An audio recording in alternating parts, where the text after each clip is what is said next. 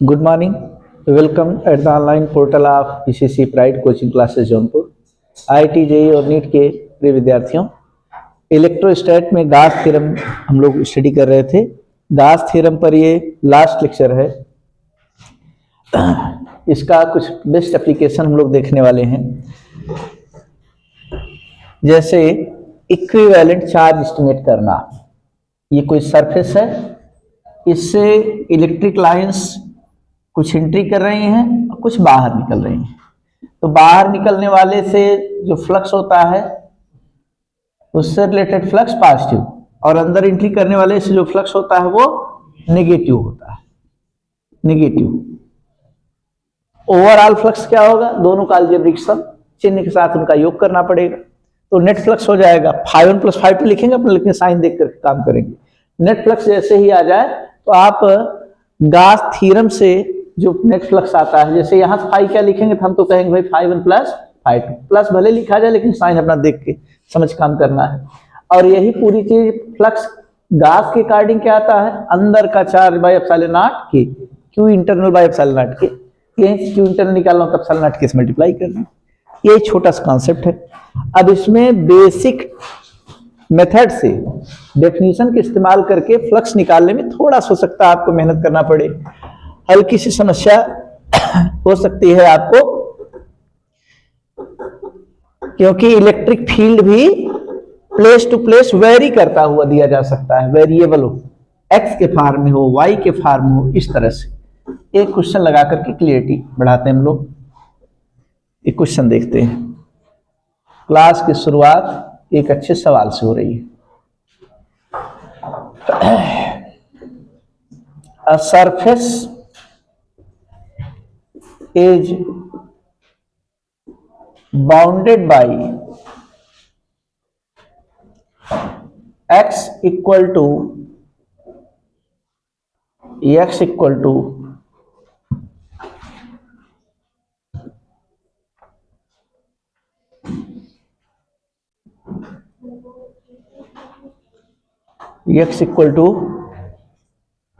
4 metre to x equal to 9 metre. बताइए side क्या रही होगी। एक्स एक्सिस के लाइन साइड कितनी है, लेंथ कितना है, 5 मीटर था भाई, 4 से शुरू है 9 तक गया है। Comma y equal to 0 to y equal to 5 metre, and last हो रहा z equal to 0 to z equal to 5 metre. X axis के लॉन्ग भी 5 ही मीटर है, लेकिन स्टार्टिंग और टर्मिनेटिंग पॉइंट अलग अलग दिया गया है, थोड़ा भ्रमित करने के लिए। Full stop. If electric field be given by, electric field का स्वरूप कैसा है, कुछ इस तरह से, वेक्टर E इक्वल टू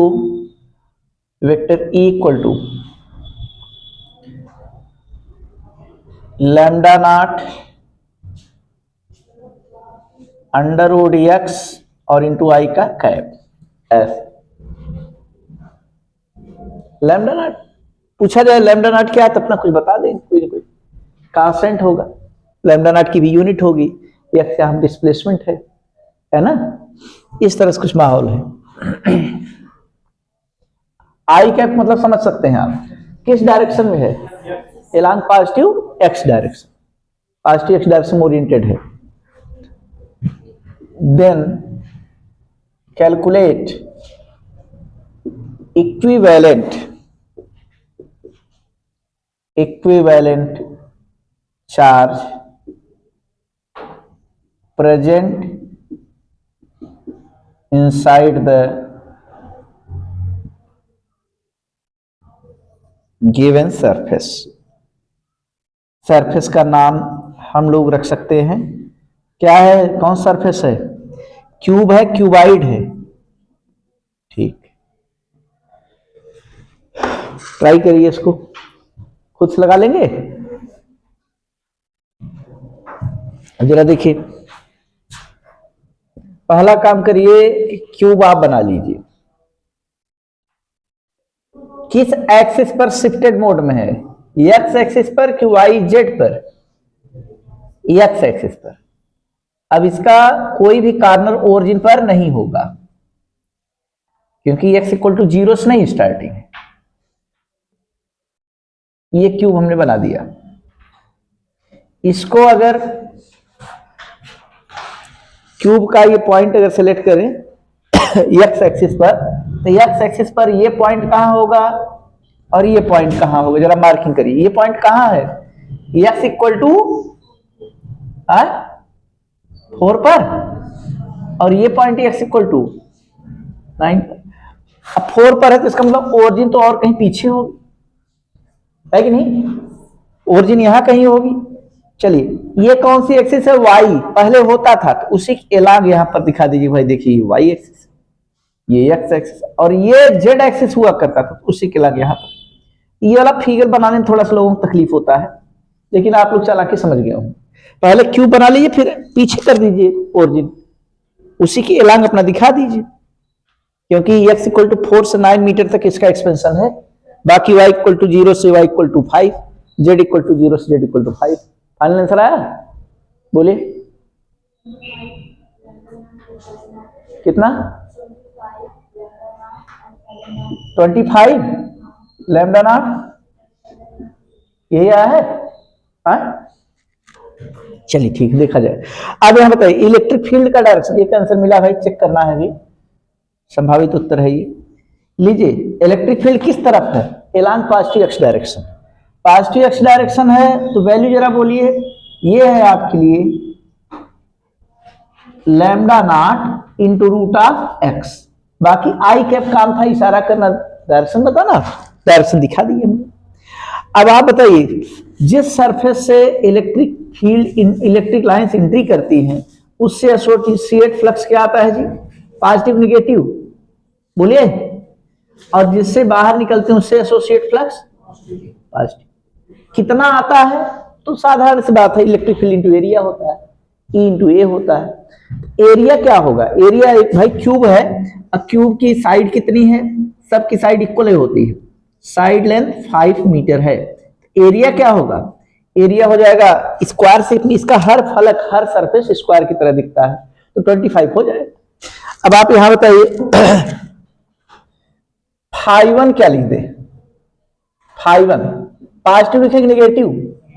कितना? इलेक्ट्रिक फील्ड इस प्लेस पर बताइए। तो इलेक्ट्रिक फील्ड का फार्मूला है लैम्डा नॉट और अंडर रूट एक्स, एक्स मतलब 4, ये इलेक्ट्रिक फील्ड लिख दिया। अब एरिया कितना लिख दे?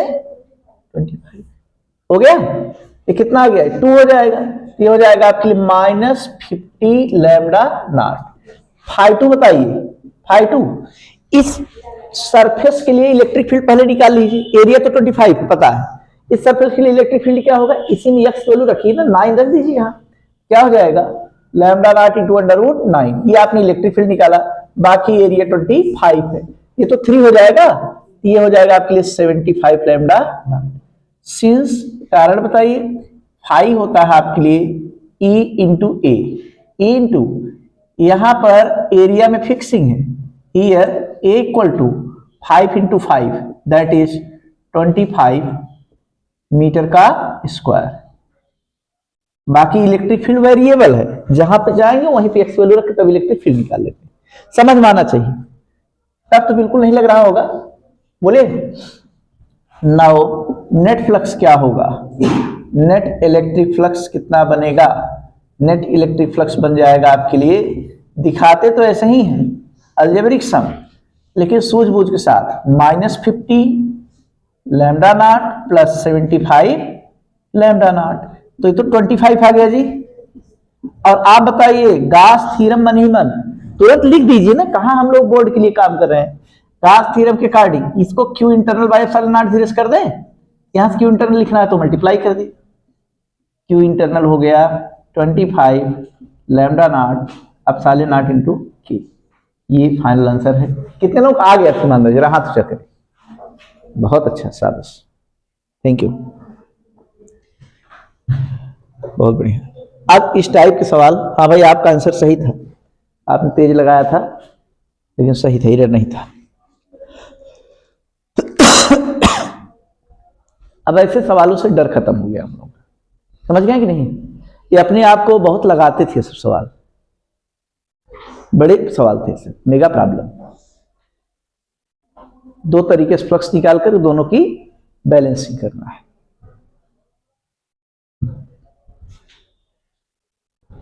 मोबाइल का सिस्टम सब अपडेट हो जाने की वजह से काफी समस्या हो गई है।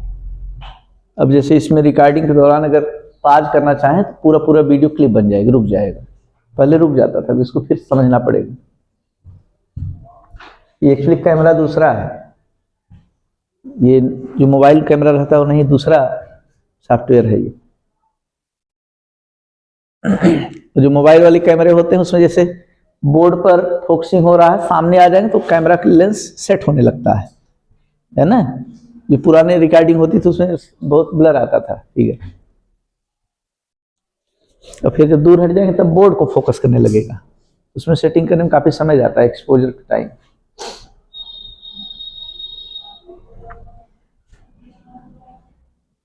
कांटेक्ट वगैरह सब का डिलीट हो गया एक तरफ से। जो व्हाट्सएप पहले नॉर्मल चलता था, व्हाट्सएप हमने फिर से डाउनलोड किया तो बिजनेस करके कोई आ गया है, वो अपलोड हो गया। आप लोग ग्रुप में हैं, बचे हुए हैं, लेकिन नाम सबका डिलीट हो गया, केवल नंबर बचा है।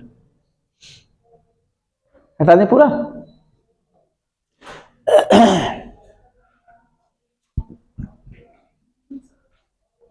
अब इसमें जितने भी बनेंगे वीडियो सबको डिलीट करते जाएंगे।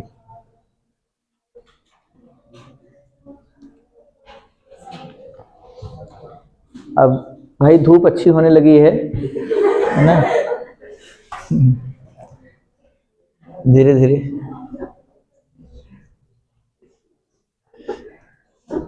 भाई इसमें वृद्ध लोगों के लिए बहुत दिक्कत है ना। जो बुढ़े लोग होते हैं ठंडी बहुत दिक्कत, बड़ी समस्या होती है। जैसे ब्लड समझिए जाम हो जाए, उनका चलना फिरना भी जाम हो जाए। समस्या तो सबको होती है, हम लोगों को भी। लेकिन देखिए ठंडी में हम लोग भी आते रहे, बने रहे पूरा एकदम।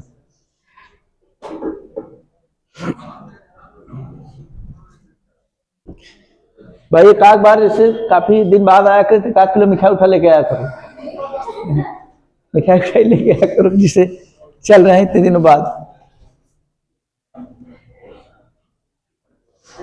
हटा दे रहे हैं।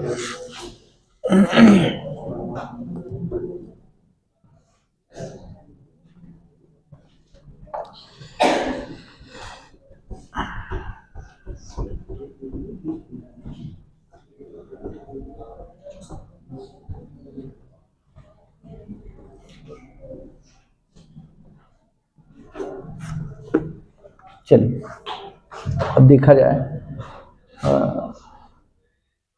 कुछ टॉप लेवल के क्वेश्चन, ऐसे अनछुए सवाल जिस पर लोग हाथ लगाने से डरते हैं, बड़े प्रॉब्लम आपको लगेगा भी। पहले कुछ रफ्तार आ जाए, थोड़ा स्पीड अप हो जाए हम लोग। लीजिए पेन डालते हैं। Application of Gauss theorem.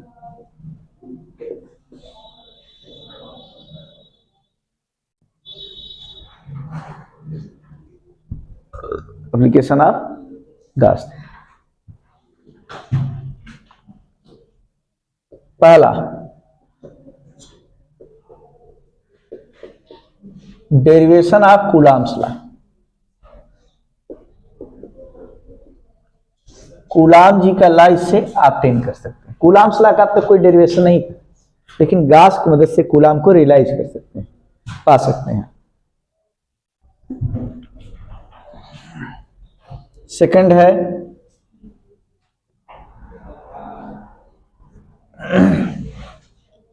दूसरा,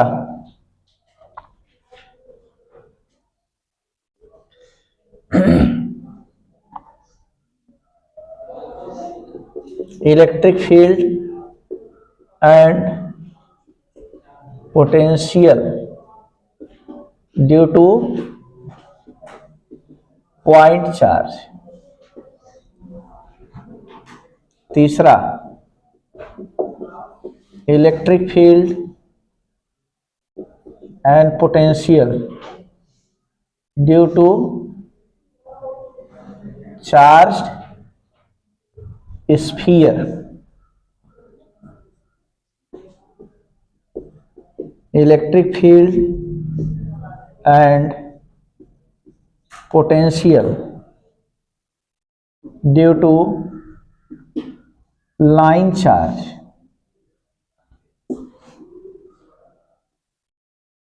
लाइन चार्ज में कोई पतला सा वायर हो, उस पर चार्ज डिस्ट्रीब्यूटेड हो, उसकी वजह से आर सेपरेशन पर इलेक्ट्रिक फील्ड और पोटेंशियल एस्टिमेट। अभी इलेक्ट्रिक फील्ड पोटेंशियल का रिलेशन हम बता देंगे आपको, काम आसान हो जाएगा। Fifth,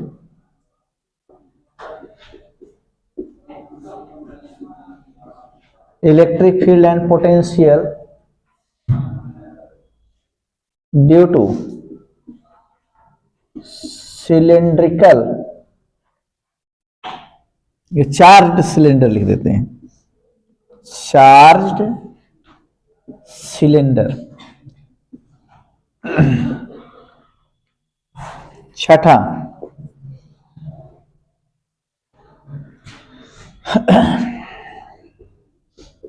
electric field and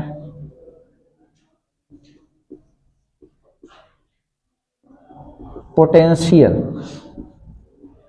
due to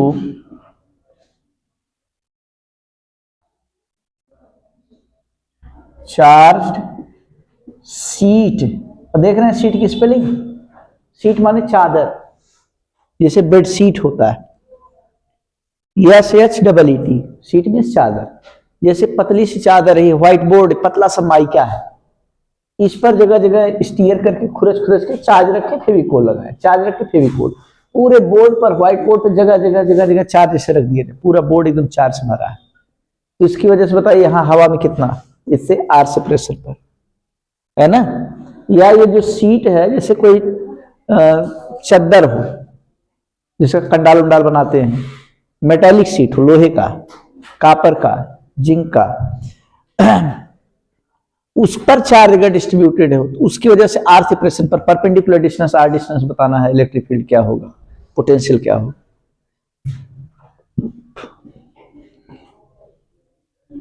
charge seat हो गया।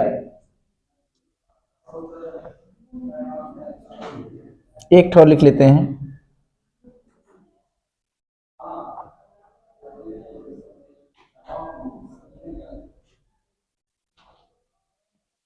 फोर्स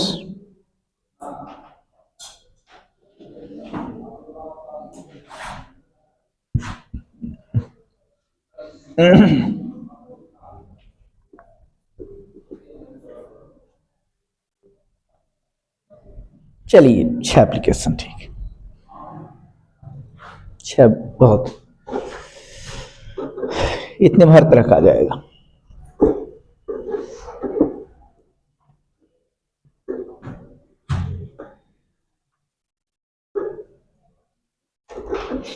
कुछ टूल्स के तौर पर आपको बता दें, कुछ अच्छी बातें, ये एप्लीकेशन सीख लीजिए, फिर हर तरह के क्वेश्चन भी आ जाएंगे, इसमें सब क्वेश्चन भी छिपे हुए हैं।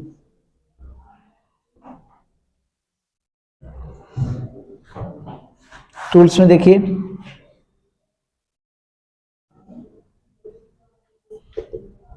पहला relation between electric field and potential, E और वी में रिलेशन। देखिए भाई, अगर ई चाहते हैं तो वी को डिफरेंशिएट करिए माइनस साइन लगाकर, देख रहे हैं, और वी चाहते हैं तो इंटीग्रेट करिए। हमारे लिए ज्यादा कीमती सेकंड वाला पार्ट है, ईडीवी, ईडीआर, आर के रिस्पेक्ट में। और पोटेंशियल के लिए खास बात, चार्ज को कहां से उठा के ले आते हैं, इन्फिनिटी से डिजायर्ड पॉइंट तक, जहां आपकी इच्छा है, जहां पर जिस पॉइंट पे निकालना है, ऐसे लिख दिया। और इस पर आप लोग भी स्टार मार्क लगा लीजिए, कि काफी कीमती फार्मूला है, जिस पर कोट कर दिया जाए, समझिए उसी का एप्लीकेशन ज्यादा होना है। सेकेंड पॉइंट,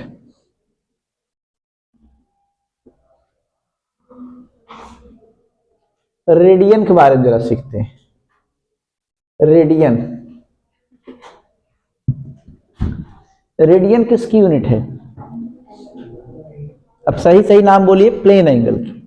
रेडियन किसकी यूनिट है?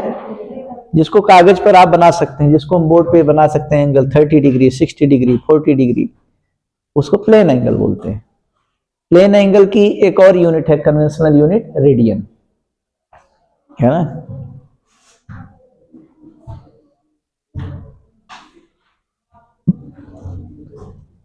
ये ऐसी फिजिकल क्वांटिटी है, एंगल, जिसकी यूनिट होती है लेकिन डायमेंशन नहीं होता है।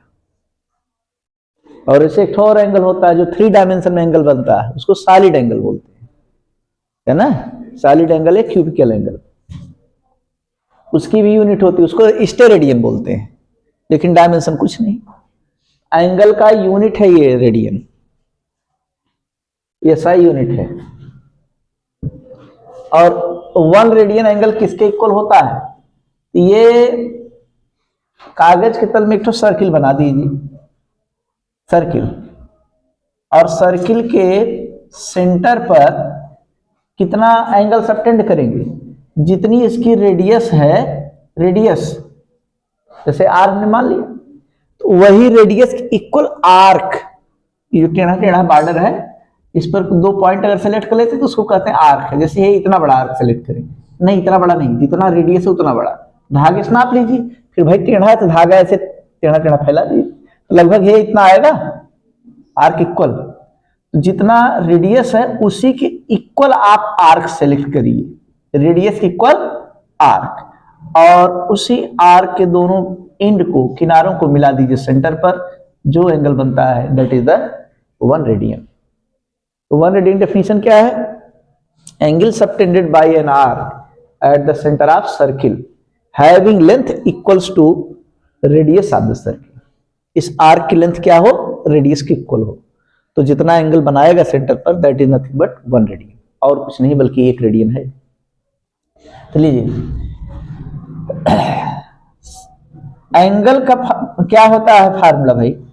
एंगल होता है arc by radius, arc by radius. और एंगल को अगर थीटा लिखें तो आर्क कितना है जी? ए बी, और रेडियस कितना है? आर। और आर्क लिखने की स्टाइल क्या है? ए बी लिखने के बाद ऊपर ऐसे एरो कर दिया, ऐसे अम्ब्रेला की तरह छतरी ऐसे लगा दिया, देख रहे हैं नहीं?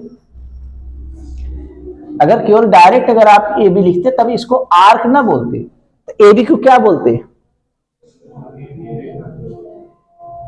तब कार्ड कहते। क्या बोलते? तो आर्क नहीं, अगर ए बी कहा जाए डायरेक्ट, इसके ऊपर मार्किंग ना करिए, ए बी का मतलब हो जाता है डायरेक्ट ये ब्रोकन लाइन जो मिला रही है, स्ट्रेट लाइन, तब इसको क्या बोलते? कार्ड। कार्ड मीन्स जीवा, जीवा नहीं, जीवा माने जुबान हो जाती है, जीवा बोलते हैं।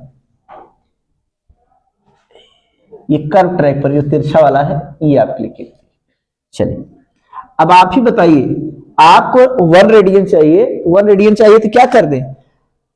आर्क और रेडियस इक्वल हो जाए, कट जाएंगे तो 1 आ जाएगा, यही तो होगा।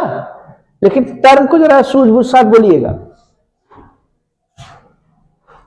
रेडियस के इक्वल आर्क लें या आर्क के इक्वल रेडियस लिया जाए? क्यों? जो भी आप बोल रहे हैं सुर में एक टोन में, तो उसका जवाब दे दीजिए, तब माने खास सोच समझ सोच बोल रहे हैं। क्यों बोलिए? हाँ, रेडियस प्रीलिमिनरी चीज है, पहले रेडियस आता है, रेडियस आएगा तब आप सर्कल का कंस्ट्रक्शन कर सकते हैं, है ना। तो रेडियस इक्वल आप आर्क लेंगे, आर्क इक्वल रेडियस नहीं। सिलेक्टिव चीज क्या है? आर्क। चुनने वाली चीज आर है, आर्क है, जो उस बॉर्डर को सिलेक्ट किया जाता है। बाकी रेडियस सर्किल बना दिया तो रेडियस फिक्स हो गया, है ना। जब रेडियस फिक्स हो गया तो आर्क को घटा बढ़ा करके रेडियस इक्वल ले लीजिए ना। समझ पा रहे नहीं? वेरिएबल कौन होता है सर्किल में? आर्क वेरिएबल की रेडियस? अरे सर्किल में बदलने वाली चीज क्या है? क्या बदलने वाली चीज है? आर्क। सर्किल क्या बदलेगा? आर्क। रेडियस जब फिक्स हो गया तो आर को घटा बढ़ा कर किसके को ले लीजिए। सर्किल में फिक्स कांस्टेंट क्या है? रेडियस, और वेरिएबल क्या है? आर। आर्क बदलने वाला चीज। अच्छा, आर्क आप लोग भी बोले थे क्या? हम भी तो बोले हैं यार, और शायद आप लोग बोले पर हम एस्टोनिश्ड हो गए, तो सरप्राइज हो गए, हम सुन नहीं पाए थे कायदे से, इसलिए आप लोग कंफ्यूजन हुआ होगा। ये नोट हुआ? अब जरा देखिए,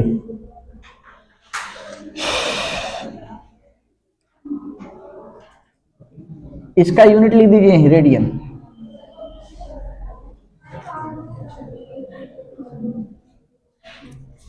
मैक्सिमम एंगल, एक लाइन लिख लीजिए इसी तो, इट इज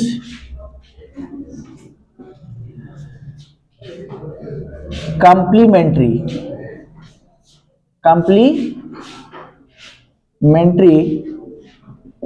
यूनिट ऑफ कौन सा एंगल? ऐसे छोड़, थोड़ा सा लिख के छोड़ दी, बस फिगर बनाइए तो लिख लीजिए। मैक्सिमम एंगल क्या होगा? ज्यादा ज्यादा थीटा मैक्स। देख लीजिए थीटा मैक्स, थीटा मैक्स लिखना है तो जो आप आर्क लिख रहे हैं ना, तो आर्क बढ़ाएंगे कि रेडियस बढ़ाएंगे? आर्क, भाई सर्किल बन गया तो रेडियस नहीं उसको छूना है। आर्क बढ़ाइए, मतलब बी पॉइंट जो यहाँ है, बी पॉइंट और दूर लीजिए, तो यहाँ से बी मिलाएं तो और बड़ा एंगल, बी पॉइंट और इधर लीजिए, ये इतना बड़ा एंगल, यानी पॉइंट बी को और दूर करते जाएं, इसे और दूर करते जाएं तो एंगल बढ़ता चला जाए। इस तरह से मैक्सिमम आर्क कितना हो सकता है? मैक्सिमम आर्क मतलब बी पॉइंट घूमते घूमते मूव करते करते करते करते फिर ये पे आ जाए। पूरा बॉर्डर सेलेक्ट कर लीजिए। अभी तक हम लोग केवल इतना पार्ट सेलेक्ट किए हैं, ए बी इतना पार्ट, पूरा बॉर्डर सेलेक्ट करें तो मैक्सिमम आर्क हो जाएगा। और उस मैक्सिमम आर्क को क्या नाम दें? बोलिए। सरकम, देहाती में परिधि कहते हैं, सरकमफेरेंस। अब आई रेडियस, ऐसा लिख देंगे। जो आर्क बाय रेडियस लिखा करते थे, अब मैक्सिमम बात आ जाएगी तो रेडियस में तो कोई चेंजिंग नहीं, वही आर्क बढ़ करके पूरा पूरा कवर कर लेगा, सरकमफेरेंस हो जाएगा। सरकमफेरेंस किसी फार्मूला पता है क्या? कितना होता है? 2 पाई आर, और रेडियस आर, आर से आर का निपटारा हुआ, यानी एक कितना आ जाता है? थीटा मैक्स, मैक्सिमम एंगल हो जाता है 2 पाई रेडियन। फिर यहीं पर रिलेशन जरा सर्च कर लीजिए भाई। एंगल की पुरानी एकदम मूल लगी यूनिट क्या थी? डिग्री, है ना। और यहां आज हम लोग क्या सीख लिए? रेडियन। दोनों को रिलेट करिए। सिंस थीटा मैक्स की वैल्यू पुराने हिसाब से क्या होता था? 360 डिग्री, और आज क्या आया है? 2 पाई आ गया है। 2 pi radian equal to 360 degree, यानी पाई रेडियन कितना? पाई रेडियन कितना जी? 2 से डिवीजन 180 डिग्री होता है। Pi radian equal to 180 degree. ये सब बातें कहीं कोने में सीखे हुए हैं, यूनिट एंड डायमेंशन में सीखा गया था। हमारा प्लान तो था स्टेरेडियन सिखाना, लेकिन स्टेरेडियंस पहले हल्का सा उसी लगी हुई टोन को भी सिखा दिया, रेडियन भी।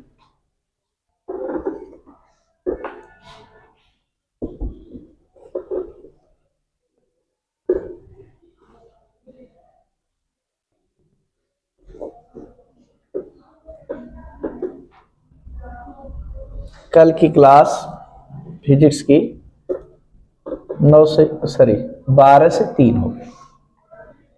उससे पहले आप लोग केमिस्ट्री अपना रखवा लीजिएगा।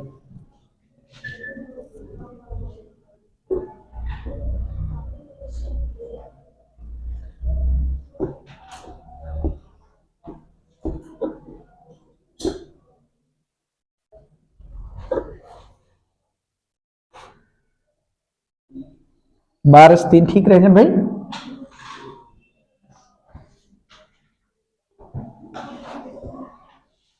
कैपेसिटर हम लोग लगभग 50% कवर कर लेंगे कल।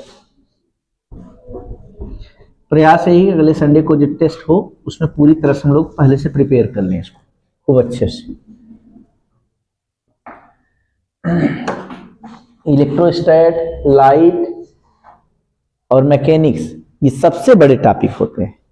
बाकी इससे छोटे वाले टॉपिक में करंट एंड इलेक्ट्रिसिटी है, उससे छोटे टॉपिक में एसी है, फिर बहुत छोटे छोटे टॉपिक में मॉडर्न फिजिक्स है, जिसमें फोटो इलेक्ट्रिक इफेक्ट है, एटम न्यूक्लियाई है, ये सब चीजें। इलेक्ट्रोस्टैटिक बाद थोड़ा सा बड़ा है वेव, है ना, वेव एंड ऑसिलेशन, और उससे थोड़ा सा छोटा है हीट एंड थर्मोडायनेमिक्स। फिर बाकी सब छोटे छोटे ही। इसलिए फायदा इसलिए होता है इसमें कि आपको थ्योरी नहीं लिखना पड़ता है, केवल कॉन्सेप्ट और प्रॉब्लम।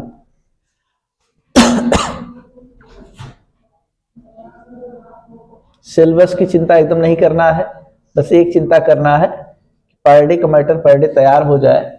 उसके लिए थोड़ा सा आपको आधे घंटे 1 घंटे ज्यादा मेहनत करना पड़े, जगना पड़े, तभी आप लोग पढ़ लीजिए, उसको तैयार कर लीजिए। बाकी जिम्मेदारी हमारी। और हर टॉपिक खूब समझ में आएगा। ऐसा नहीं होगा कि नहीं ये वाला पोर्शन खूब ज्यादा समझ में आ रहा है, ये वाला पोर्शन थोड़ा मॉडर्न वाला कम समझ में आ रहा है। हर पोर्शन को आप उसी वे में पढ़ेंगे, आप एकदम उसी तरीके से। आप कंफ्यूज हो जाएंगे कि सर का बहुत बढ़िया बहुत मजबूत टॉपिक कौन सा है ना। और वैसे आपका भी तैयार होगा। लीजिए,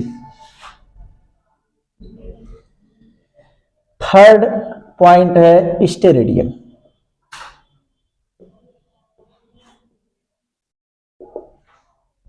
इट इज लिख लीजिए भाई, इट इज कंप्लीमेंट्री, पूरक मात्रक,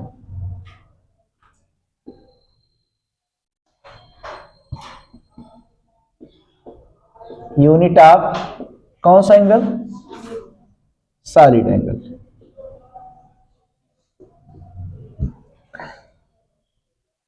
अब ध्यान दीजिए, सॉलिड एंगल को डिफाइन करना हो तो थोड़ा सा डिफिकल्ट होता है। 11th-12th वाले बच्चे तो नहीं समझ पाते हैं, उनको केवल लिख करके ऐसे रटने से काम बनाना पड़ता है, बड़ा मेहनत करते हैं। आप समझ लीजिए, महसूस कर लीजिए सॉलिड एंगल क्या है। हम आपको दिखाने चल रहे हैं, बस इसके लिए आप बिना आंख खोले भी, आंख बंद करके भी देख सकते हैं, मन की आंखों से, है ना। अंदर अंदर आपका इमेजिनेशन तगड़ा हो, आप फील कर लेंगे। लीजिए, हम सॉलिड एंगल समझाने का प्रयास कर रहे हैं। प्लेन एंगल के लिए क्या लेना है डिफाइन करने के लिए, सर्कल, और सॉलिड एंगल को डिफाइन करने के लिए स्फीयर लेना है। हम आपके सामने एकदम गोल मटोल एक फुटबॉल दिखा रहे हैं, स्फीयर, गोला जिसको बोलते हैं। लीजिए, ये फुटबॉल है, यहाँ ये फुटबॉल दिखा रहे हैं। फुटबॉल से ही सॉलिड एंगल को हम लोग डिफाइन कर पाएंगे। फुटबॉल माने मैथमेटिकली कौन सा शेप, स्फीयर, स्फीयर है ये, गड़बड़ा गया, ये यहां बनाते हैं। ये जो हाथ पे लिए हैं, दिस विद द स्फीयर, दिख रहा है, ये स्फीयर था, गोला है। एक बार फिर से देखिए, अब तो आसान हो गया, एक बार बन गया ना। ये जो हाथ पे रखे हैं, ये स्फीयर ना, ये स्फीयर है। अब स्फीयर में जो फुटबॉल में तमाम शक्तियां होती हैं, तमाम ऐसे उसमें पीस होते हैं, कपड़े के रंग बिरंगे पीस होते हैं, है ना, कपड़े का या रेक्सीन का पीस होता है। अब हर पीस को गौर गौर से देखिए, जो आपको अच्छा लगे, अपने रंग बिरंगा है चारों तरफ, वही वाला पीस आप मन में सोच लीजिए। फिर से ये फुटबॉल है, फुटबॉल का ही यहाँ सेंटर है, सेंटर को हम लोग छू ले रहे हैं, जबकि सचमुच वाले में नहीं छू पाएंगे। या आंख बंद करके ऐसे स्वप्न देख रहे हैं तब छू सकते हैं। सचमुच वाले फुटबॉल सेंटर छूना मतलब उसकी सेहत के साथ खिलवाड़ करना है कि नहीं। पहले फुटबॉल को फाड़िए, तब जाकर उसके अंदर आप हाथ लगा सकते हैं।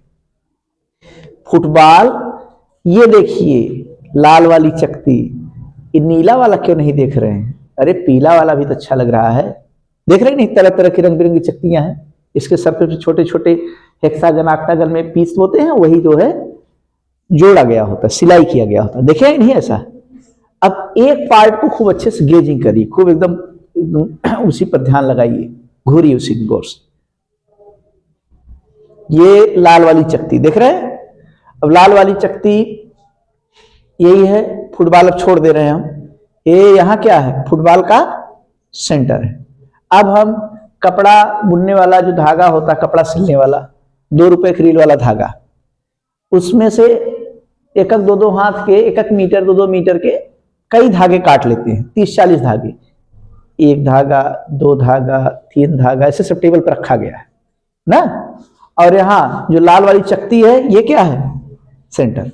एक धागा उठाया, हल्का सा फेविक्विक भी लगा लिए, ये यहाँ चिपका दिया, ये धागा लटक रहा है, ये दूसरा धागा लटक रहा है, देख रहे हैं नहीं, तमाम धागे ऐसे जोड़ते चले जा रहे हैं, ये यहाँ से जोड़ लिया, यहाँ से जोड़ लिया, यहाँ से जोड़ लिया, यहाँ से, इस चक्ति के चारों हर तरफ से हर पॉइंट से हमने स्ट्रिंग को अटैच कर दिया धागे से। अब देखिए जरा, हल्का से एक बार लहरा दें, देख लीजिए, देख रहे हैं नहीं, ये पूरे धागे लहर रहे हैं नहीं नीचे। अब क्या करना है, इन्हीं धागों को कलेक्ट करने वाले हैं फिर से। फुटबॉल चकती जगह जगह से धागे लटके हैं, देख रहे हैं, ये क्या है, अब इन धागों को कलेक्ट करने चले जल्दी, देख रहे हैं सीन, देखिए सभी धागों को ऐसे कलेक्ट किया, ये यहां सेंटर पे से लेकर से पकड़ लिए।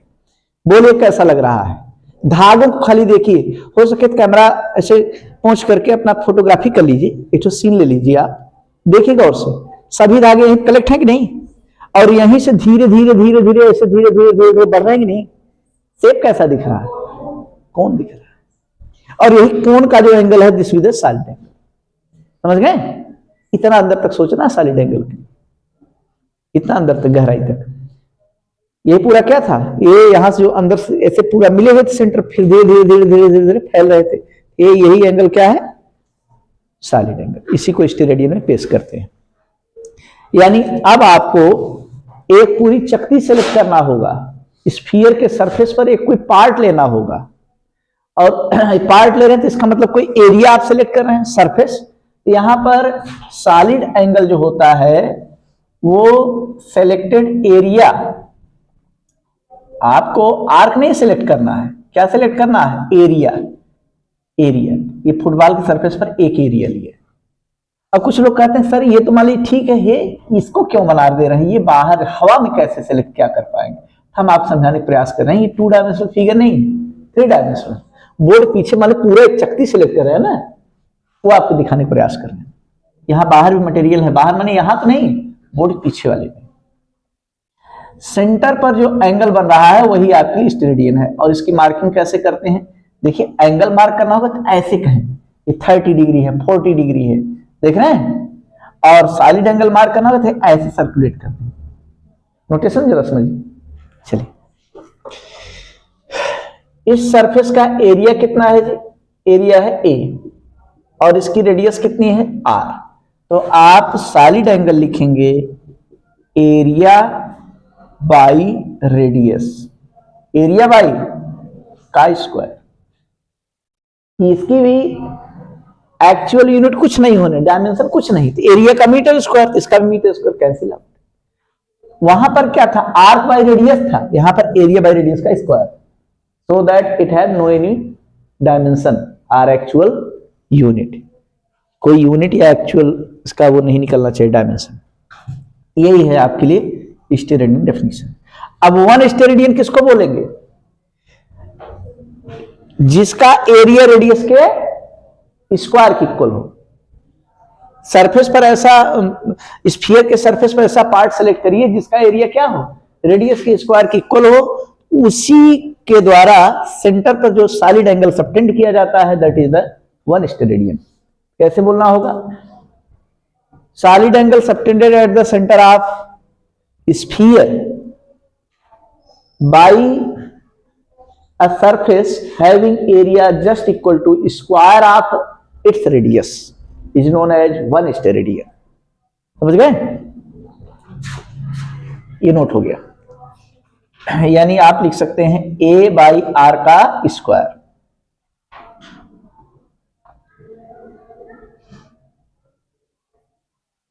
मैक्सिमम सॉलिड एंगल क्या होगा, मैक्सिमम प्लेन एंगल तो था 2 पाई, यहां पर देखिए कितना आता है, ओमेगा अगर मैक्स कर दें तो किसको बढ़ाना पड़ेगा, रेडियस बढ़ाने वाली चीज है कि एरिया बढ़ाने वाला, एरिया, भाई स्फीयर तैयार हो गया तब रेडियस में कोई आप नहीं कर सकते चेंज, रेडियस बदलने का मतलब हो गया, बढ़ाने का मतलब स्फीयर ही आपने डिस्ट्रॉय कर दी, फिर से नया स्फीयर बना दिया। एक ही स्फीयर अगर दिया हो तो उसमें बदलने वाली चीज क्या है, सरफेस एरिया, एरिया आप बढ़ा लीजिए, और बढ़ाइए और बढ़ाइए, 2 चकती 3 चकती, पूरे सरफेस जितनी चकतियां हैं, जितने कैनवास लगे हुए हैं, सबका एरिया निकाल लीजिए। यानी क्या हो जाएगा, टोटल एरिया, क्या लिख देंगे इसको, टोटल एरिया ऑफ स्फीयर, पूरे पूरे स्फीयर का एरिया लिख डालिए, अब बाई रेडियस का स्क्वायर चलेगा। और टोटल एरिया क्या होता है जी, सर्किल का तो याद है पाई आर स्क्वायर, चौगुना करिए 4 pi r square, r square cancellation हुआ, कितना आ गया 4 पाई स्टेरेडियन, 4 पाई स्टेरेडियन।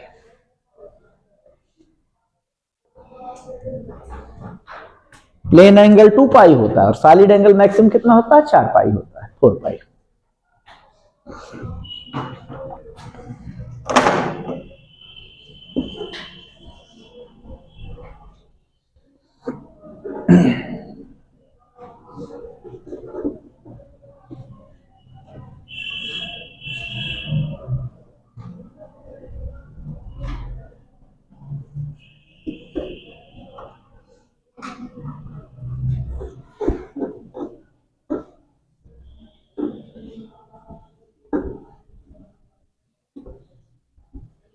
कल गास थ्योरम टर्मिनेट हो जाएगा पूरी तरह से, जितने भी इसके ठीक ठाक अच्छे क्वेश्चन है सब लग जाएंगे, और कल ही कंडेंसर की शुरुआत हो जाएगी, कैपेसिटर।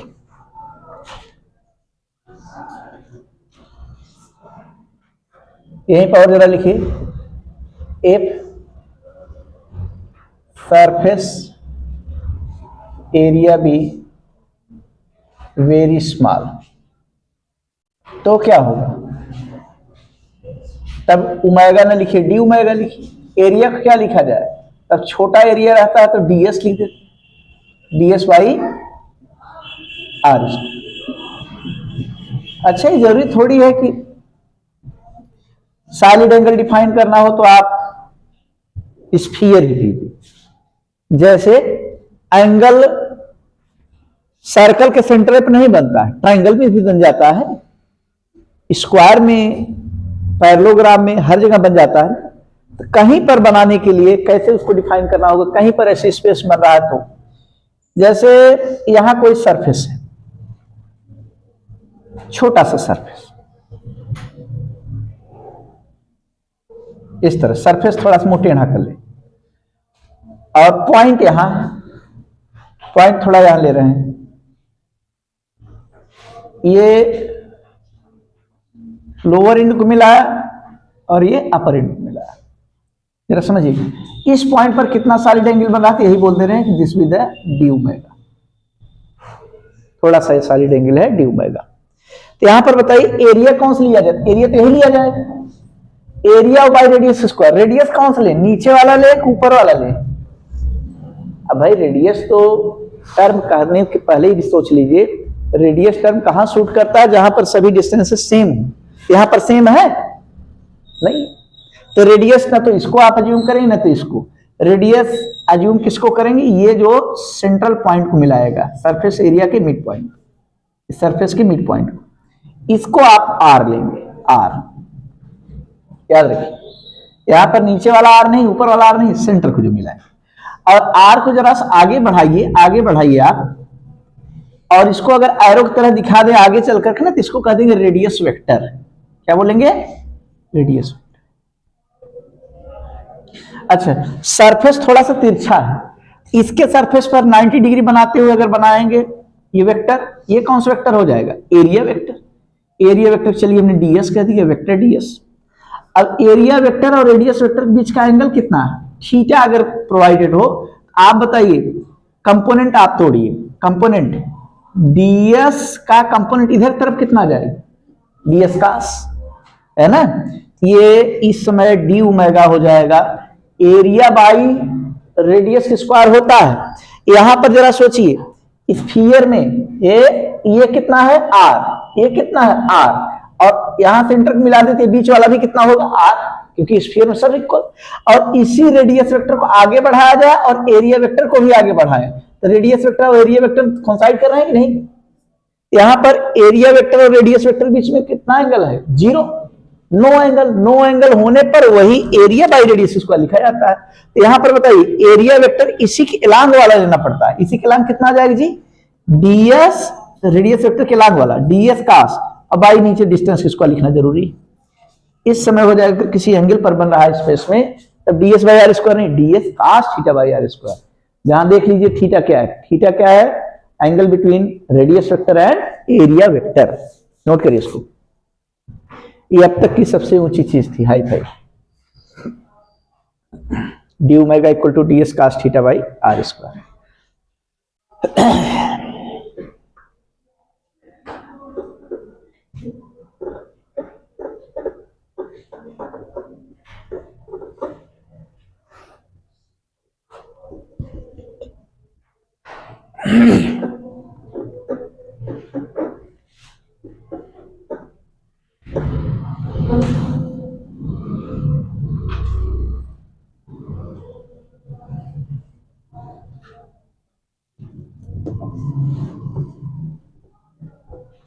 ये हो गया।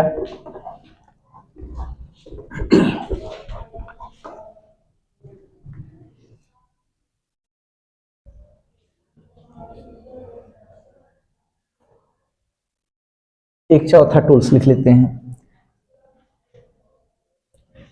अंदर का चार्ज निकालने की कई टेक्निक है। एक टेक्निक है तो lambda into D x, lambda into linear charge density पता हो तो लंबाई से मल्टीप्लाई करिए। दूसरी टेक्निक है सिग्मा और into sigma into D A कर दे रहे हैं, स्मॉल एरिया, या चाहे डी एस कर दीजिए। ये चलिए ऐसे लिख दें, लैम्डा इंटू लेंथ, लैंग्वेज में लिखेंगे, या सिग्मा इंटू, या और कोई टेक्निक रो इंटू, पूरा थीम ही एकदम दे दे रहे, पूरा मंत्र है ये। अब तो एक भी एप्लीकेशन ना बताया जाए तभी आप कर सकते हैं, ऐसा छूट दे दिया जाए आपको कि जाइए हर सवाल लगाइए। एक आध दो हम लोग लगा करके चेक कर लेते हैं। ये देखिए प्रॉब्लम,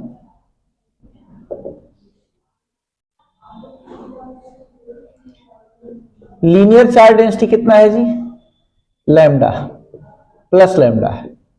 रॉड की लेंथ पता नहीं भाई, रॉड पर टोटल चार्ज हमें नहीं पता है, बस लीनियर चार्ज डेंसिटी पता है प्लस लैम्डा है। इससे आर सेपरेशन पर आपको निकालना है इलेक्ट्रिक फील्ड।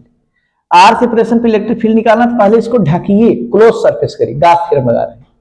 और रॉड को ढकने के लिए कौन सरफेस सेलेक्ट करेंगे आप, जैसे कोई छड़ है, जैसे लड्डू है, तो लड्डू को छुपाने के लिए कौन सरफेस लेंगे आप, लड्डू जैसे टेबल पर रखिए जिससे कोई खा ना पाए उसको, या देख किसी की निगाह में न पड़े, निगाह की बात छोड़िए, जिससे चींटी उटी ने खाए उसको, तो क्या रख देंगे, एक तो तार ऐसे छल्ला बना कर रख दीजिए, तो लड्डू बच जाएगा, तभी तो चींटियां ऐसे लांग कर पहुंच जाएंगे। उसको ढकने के लिए क्या रखना है, कोई कटोरी हो, कटोरी से ढक दीजिए, कटोरी, चंगेरी हो, नहीं झुआ हो रख दीजिए, है कि नहीं, तब बचेगा वो। यानी कैसा फिगर चाहिए, 3 डायमेंशनल, यानी मैथमेटिकली के लिए कौन सा फिगर, गोला चाहिए, स्फीयर की जरूरत पड़ेगी, है कि नहीं। लड्डू हो तो उसको झगुआ रख के बैठ जाइए अपना, ये कुछ नहीं खाली ऐसे झगुआ रख के बैठे हैं, जब चला जाए झगुआ के नीचे से लड्डू निकाल खाइए। चलिए, और रॉड को छुपाने के लिए कौन सा फिगर आप इस्तेमाल करेंगे, हम चालाकी बता रहे हैं। रॉड को छुपा, पहले तो जैसे पैसा वैसा छिपाना होता था, पैसा है ना, या कोई कागज उगज है, कुछ मटेरियल है, रुमाल उमाल है, बच्चे तब खेल खेलते थे, जानते हैं कहां छिपाते थे, मतलब कोई समझ ही नहीं पाता था। 2 ग्लास ले ली, ग्लास लेकर के एक ग्लास, जैसे ये रुमाल कहाँ है, आप मुंह पोंछने के लिए बहुत बेताब है, एकदम परेशान है, रुमाल दीजिए मुंह पोंछेंगे, हम इसको छुपाना चाह रहे हैं, गिलास के अंदर पेदी में डाल दिए, अगला वाले गिलास से कस के भर दिए, पता नहीं चले कहाँ है कि नहीं, फिर अपना रख दीजिए गिलास से सामने, माने 2 ग्लास के बीच में थोड़ी सी कैविटी बचेगी ना। ये 10 रुपए का नोट है, नहीं छुपाना चाह रहे हैं, वो कोई न देख पाए, 10 रुपए का नोट गिलास भर दीजिए, एक ठोर गिलास ऊपर डाल दीजिए, ऐसे रख दीजिए बर्तन के साथ, कोई पता नहीं पाएगा कहाँ है पैसा, है ना। और जैसे रॉड को छुपाना है, छड़ को, कोई लेंथेंड ऑब्जेक्ट है लंबा, तो उसको छुपाने के लिए आसान तरीका है, कोई पाइप हो, पाइप, उसी पाइप के अंदर ले जाइए धीरे से, पता नहीं, पर दिखाई नहीं देगा। राड को स्फेरिकल ऑब्जेक्ट से नहीं ढका जा सकता है, राड को ढकेंगे तो उसके चारों तरफ कवरिंग होनी चाहिए, कैसा फिगर बनेगा, सिलेंडर। तो राड के चारों तरफ, राड को कवर करने के लिए, इसको पैक करने के लिए किस तरह का गासियन सरफेस बनाते हैं हम लोग, सिलेंडर। कैसा गासियन सरफेस, सिलेंडर। ये देख रहे हैं, ये कौन सरफेस बना दिया, सिलेंड्रिकल।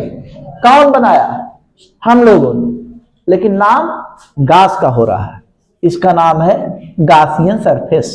क्या नाम है, गासियन सरफेस। शार्ट में जीएस लिखते हैं, गांव वाले इसको ग्राम समाज पढ़ते हैं, है ना। क्या है जीएस का मतलब, गासियन सरफेस। यहां पर बताइए, इस सरफेस पर एक तो छोटा सा पार्ट ऐसे सेलेक्ट कर लेते हैं, छोटा सा पार्ट, रंग पेंट डार्क एंड ब्लैक कर।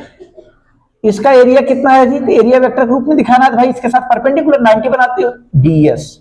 और कोई पूछे इलेक्ट्रिक फील्ड, तो इलेक्ट्रिक फील्ड पॉजिटिव से दूर, और दूर करते करते इसी के पीछे ये भी कर लिया, इलेक्ट्रिक फील्ड इसी तरफ आया, दोनों बीच एंगल कितना है जी, नो एंगल, सेम डायरेक्शन में।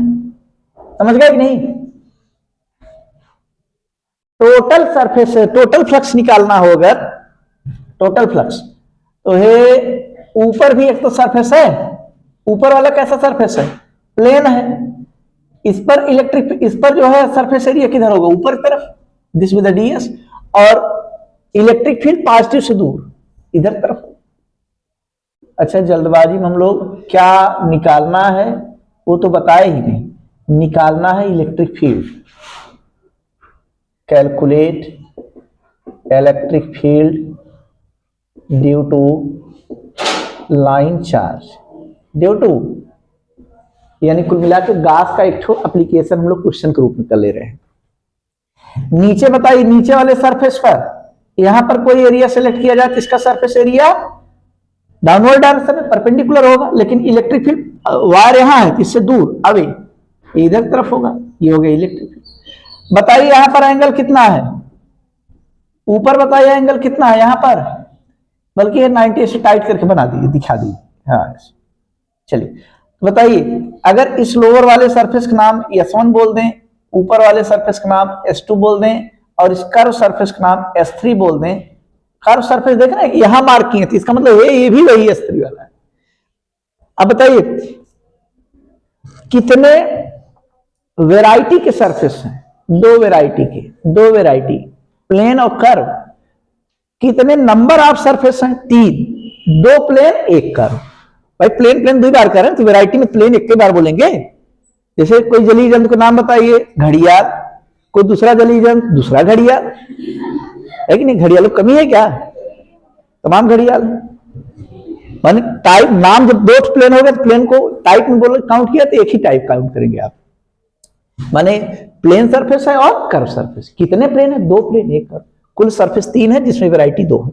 अब आप बताइए ओवरऑल जो नेट फ्लक्स होगा क्या आ जाएगा, नेट फ्लक्स, नेट फ्लक्स होगा वो इससे रिलेटेड फ्लक्स कितना, चलिए इसको बोल दे रहे हैं कितना भाई, ई और डॉट डीएस, ई डॉट, और इसको इंटीग्रेशन करना, ई डॉट डीएस माने छोटा सा फ्लक्स इंटीग्रेट करें टोटल फ्लक्स।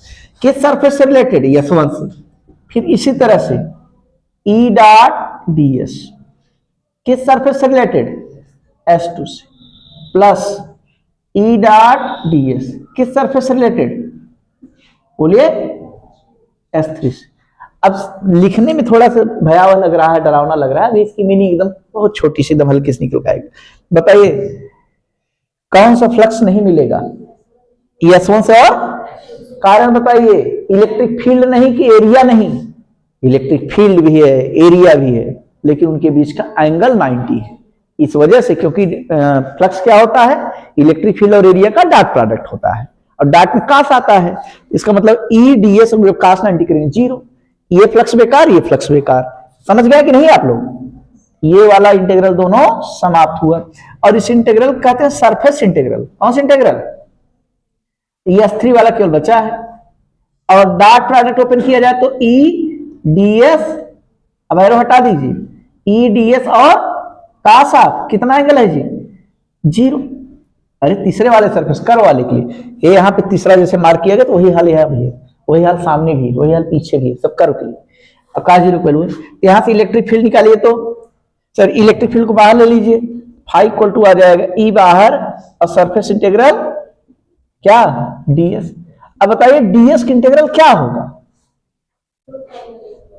DS तो यहां पर बहुत सूझबूझ सा समझदारी के साथ जवाब देना है।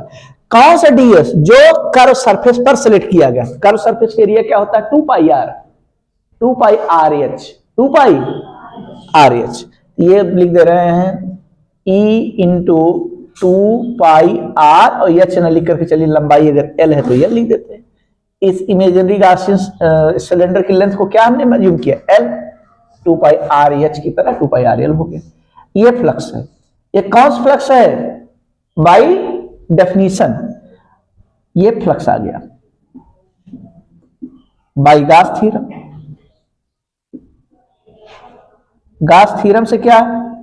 अंदर का charge by epsilon not. Gauss theorem से अंदर का चार्ज कितना है जी? इधर हटा दे रहे हैं। अंदर का चार्ज कितना है? चार्ज निकालने का तो 3 फार्मूला हमने बताया था। कौन सा लगाएंगे? लैम्डा का, सिग्मा का कि रो का? लैम्डा इंटू क्या लिखते हैं? Length. Lambda into length. Length कितना जरा देखिए तो, गॉसियन सरफेस के अंदर कितना रॉड का पार्ट पड़ रहा है, कितनी लंबाई आ रही यूज में,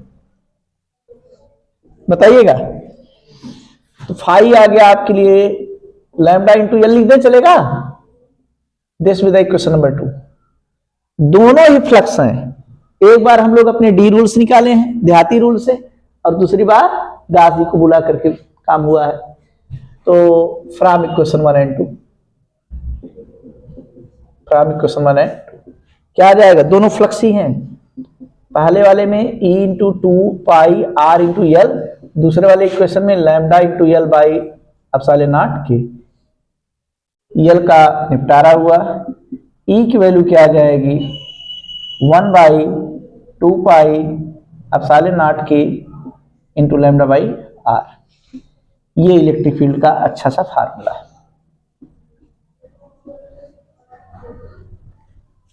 लाइन चार्ज की वजह से इलेक्ट्रिक फील्ड बताना हो तो ये इतना बताएंगे। ये प्रोसेस था, प्रोसेस टफ लग रहा हो तो एकदम मत देखिए, इसको जरूर याद रखिए, है ना। प्रोसेस अगर डर नहीं लग रहा है तो अच्छे वाले कल जो सवाल चलेंगे वो सब आते रहेंगे, फटाफट एकदम टूट जाए।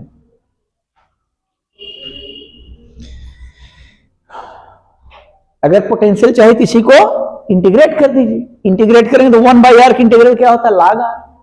log के फार्मूला आ जाएगा, नेगेटिव साइन भी रहता है।